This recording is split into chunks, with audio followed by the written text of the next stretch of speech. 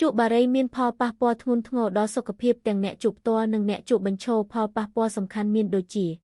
1. ផលប៉ះពាល់ដល់សុខភាពបង្កជំងឺមហារីកផ្សេងជាពិសេសមហារីកសួតមហារីកកញ្ចាស់ខ្លួនបង្កជំងឺបេះដូងជំងឺផ្លូវឈាមខួរក្បាលបង្កជំងឺផ្លូវដង្ហើមរ៉ាំរ៉ៃបន្ថយសារៈសំខាន់នៃការដកដង្ហើម 2. ផលប៉ះពាល់សង្គមកាត់បន្ថយរាងកាយបង្កភាពមិនស្រួលចិត្តដល់អ្នកដទៃ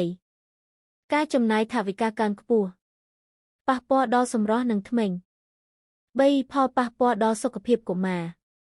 កុមារដែលស្ថិតក្នុងបរិស្ថានមានផ្សែងបារីអាចមានជំងឺផ្លូវដង្ហើមការអភិវឌ្ឍសរីរាង្គមិនបានពេញលេញ